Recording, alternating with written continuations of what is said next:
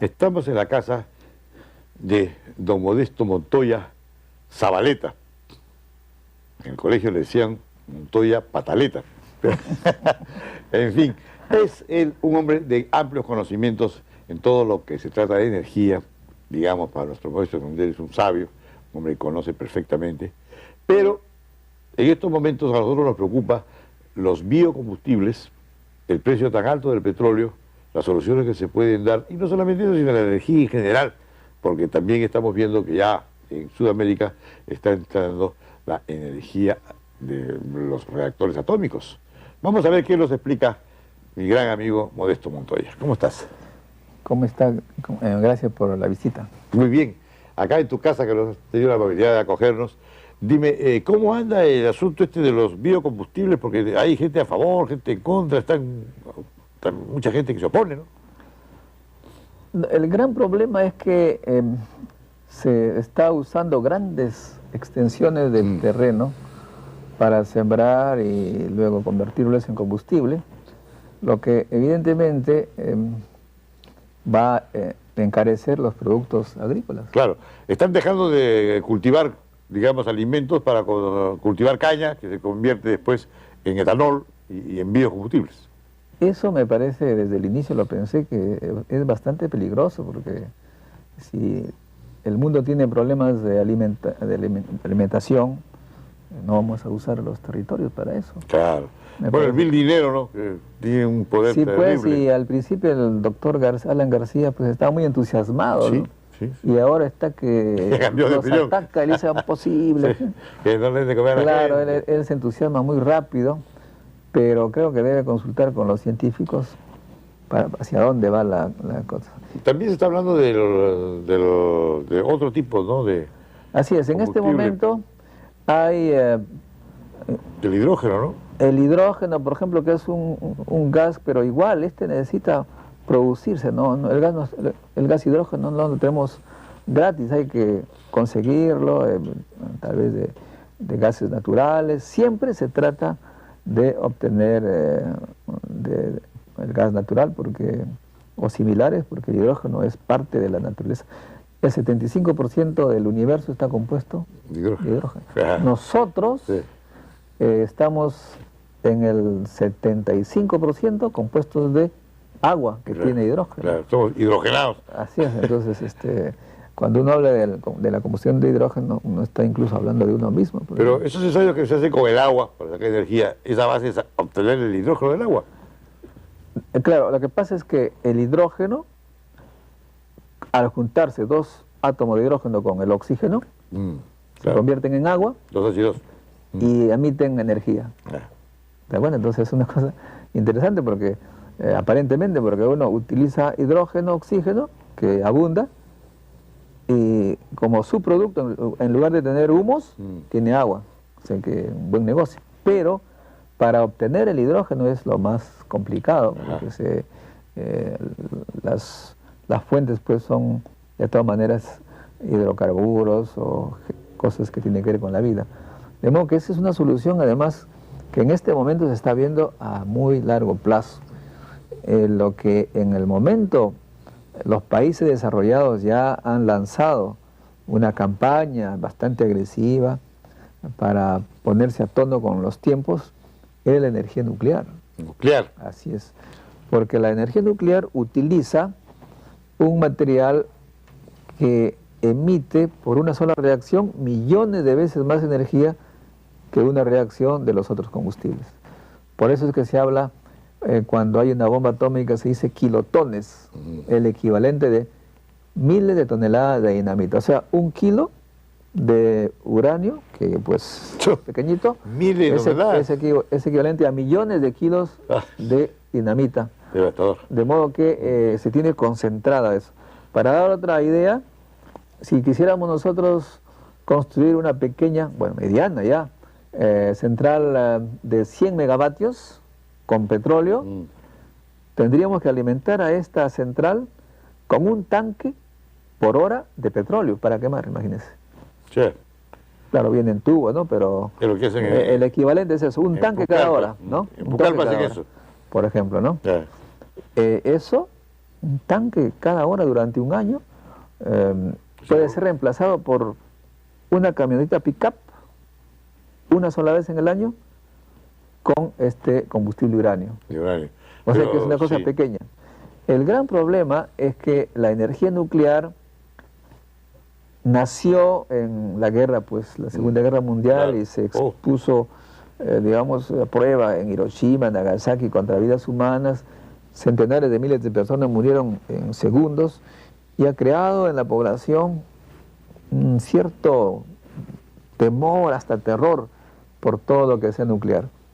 Y por supuesto también el otro problema son los desechos nucleares, que la gente les tiene miedo, aunque no debería, porque los desechos nucleares son sustancias radiactivas peligrosas, pero que se pueden mantener a distancia. A buen recaudo. Claro, obviamente, pero cuando uno quema petróleo, quema gas, quema carbón, sale el humo irremediablemente al ambiente, y en contacto con el ambiente se genera el famoso pues gas, el dióxido de carbono, que es el culpable del calentamiento global. Pero no solamente eso, es una parte. También salen óxidos de nitrógeno, de sulfuro, que en contacto con la humedad se convierten en ácido sulfúrico, ácido nítrico, que eso es veneno puro. Claro, sobre todo para los cultivos. ¿Y la hidroeléctrica ya hoy día es obsoleta porque es muy cara? No, la hidroeléctrica sigue competitiva, es lo que está salvando a muchos países. Por ejemplo, pongamos el caso de Brasil. Brasil tiene alrededor de 80% de su energía eléctrica que viene de claro, con la cantidad de ríos que tienen, pueden hacerlo. Y nosotros acá con toda la cantidad de ríos que se van al Atlántico incluso... Nosotros apenas tenemos cerca del 50%. Y decimos que tenemos grandes caídas, ¿no? Claro. Eso se debe básicamente a que los ríos, como tú lo dices, están del otro lado de la cordillera, ¿no? Pues. Para traerlos, porque si nosotros hablamos de capacidad, tenemos una capacidad de cerca de 60.000 megavatios en energía hidroeléctrica, y solamente usamos 3. O sea que una versión muy pequeñita nada más, 3.000 megavatios. Además, el agua que se genera y que se trae a estas hidroeléctricas, aparte de generar la electricidad, se sirve para después de regar y regar los campos. Así es, por supuesto. Es en realidad la energía divina. ¿Por qué? Esto del Mantaro, que hubo hace tiempo un proyecto para traerlo hacia el Pacífico. Mira, te decía primero que es la energía divina porque como es el agua que sale del océano y se evapora, o sea que gana energía subiendo por el sol, ¿no es cierto? Y baja, ¿no? Claro. Entonces en el fondo es energía solar porque es el sol que la levanta. Claro. Ahora, me decía del Mantaro, bueno, hay muchos proyectos que se han hecho en el Perú para jalar agua para este lado, ¿no? Eso me parece que es lo más indicado que hay que hacer. Sin embargo, hay que tener cuidado, hay que saber dónde hacer las cosas. Por ejemplo, en Tacna, en Covire, se hizo un túnel y se pensaba hacer un túnel para jalar el agua del río a la salida del túnel. Pero ¿qué pasa? Que en el camino nomás las filtraciones que hay en la tierra, en el subsuelo, con eso ya bastó para tener el agua que se necesitaba. No hubo necesidad de llegar al río. No. Bueno, tú me has dicho una vez, y lo recuerdo con exactitud, que en la cordillera hay agua subterránea, pero cualquier cantidad que se puede utilizar. Así que sin traer el río, trayendo eso nomás. Claro, hace una galería, una especie de mina y ya tiene agua.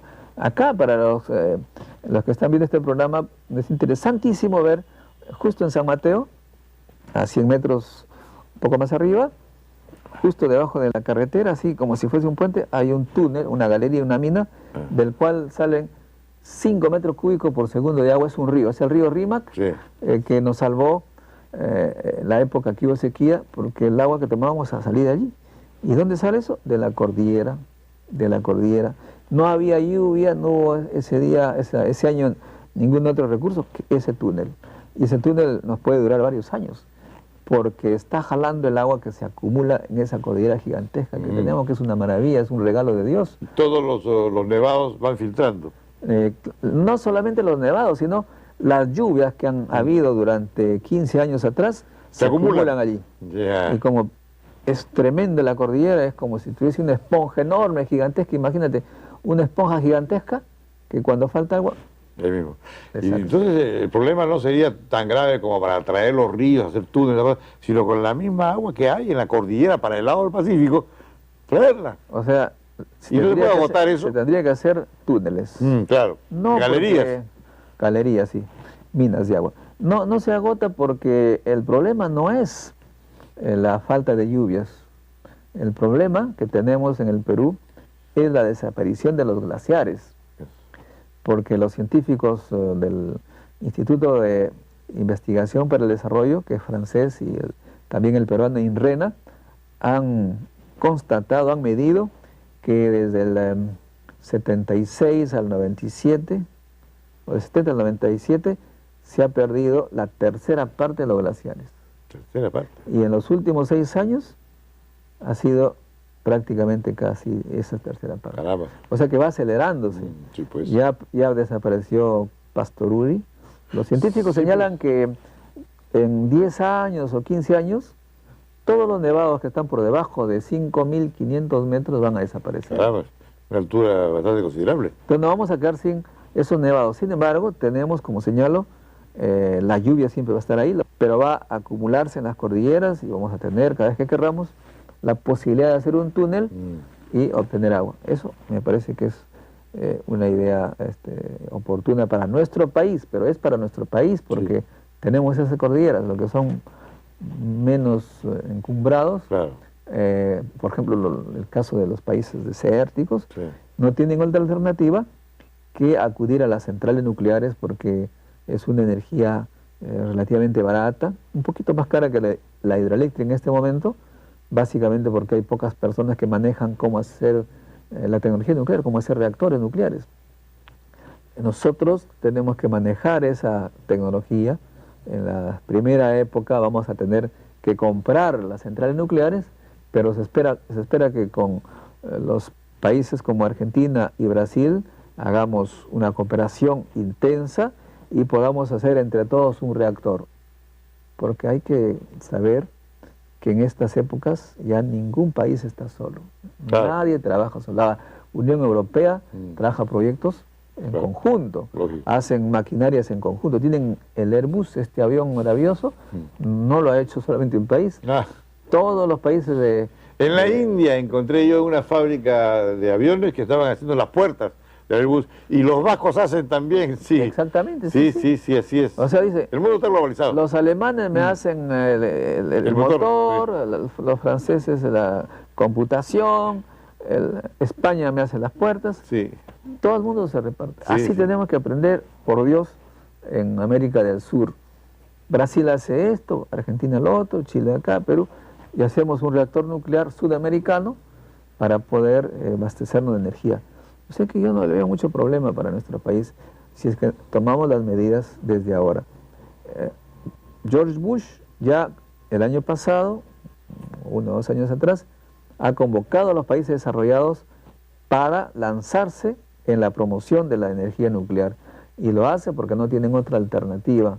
El uso de petróleo, de gas y esto, realmente ya es una cosa... Pero el uranio es escaso. No. ¿Se encuentra con relativa facilidad? El uranio es una materia prima que existe en grandes cantidades en el mundo. Ahorita acaban de hacer un contrato Francia y Marruecos para explotar el uranio del Magreb. Así es, ahí tienen en el desierto los nitratos que tienen, pues hay una cantidad increíble de uranio. ¿Y también tenemos allí. Pero yo no me preocupo por tener o no tener uranio, eso se compra en el mercado internacional. Lo importante ahora la guerrilla tiene uranio. No, eso no es, como digo, eso no es un problema. Lo que debemos hacer es desarrollar la tecnología de hacer, no el reactor completo, como dije, sino una parte en un programa sudamericano. Claro. Dime una cosa ya para terminar, porque el tiempo es nuestro peor enemigo. ¿Tú le ves por venir a Etanol?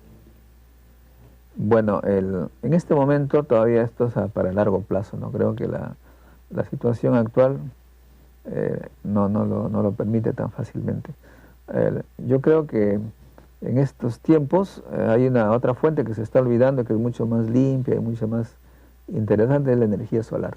Ah, eso en la sierra se puede hacer mucho, ahí hay bus para conversar años.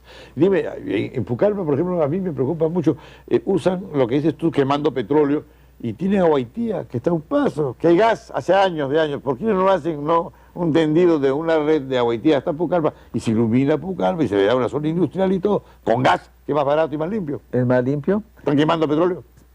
Claro, el carbón es el más sucio, luego el petróleo, luego el gas. De todas maneras, el gas contamina.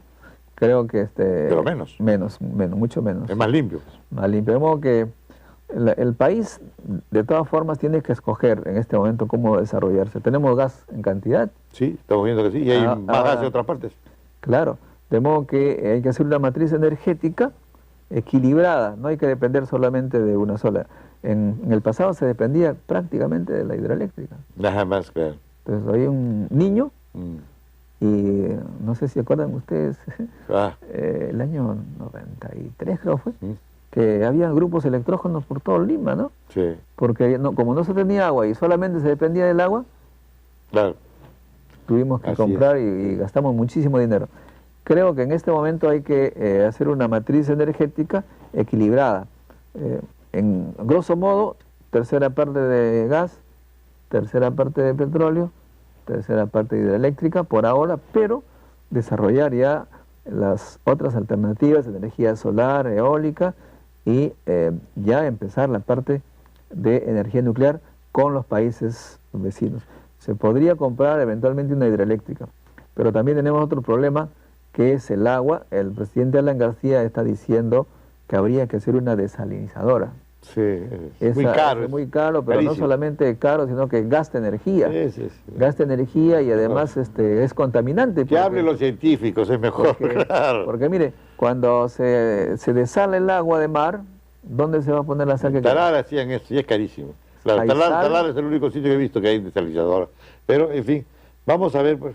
Te agradezco mucho tu participación, como siempre, tan interesante. Me imagino que la gente que tiene interés en este problema habrá participado con deleite. Y además decirles a la gente que nos está escuchando que este problema del agua, la energía, va a ser tratado en nuestro evento que hacemos cada año, en el Seminario Científico Internacional. Entren a nuestra página web, que es fácil de recordar, www.cienciaperú.org, gratuito para todos. Eso sale ahí en la pantalla. Te voy a dar un dato. En la isla de los Urus encontramos de ¿Energía solar? Sí, energía solar. Tiene energía solar. Ahí los físicos de mi facultad, de la Facultad de Ciencias de la UNI, fueron allá. Bueno, claro. En la isla Taquile. Taquile. ¿No? Ay, sí. Qué hermoso eso. Y tiene sol todo el año, pues ahí, claro. Muy bien, encantado de verte y espero pronto seguir conversando contigo sobre este tema tan interesante. Siempre es un placer. Gracias.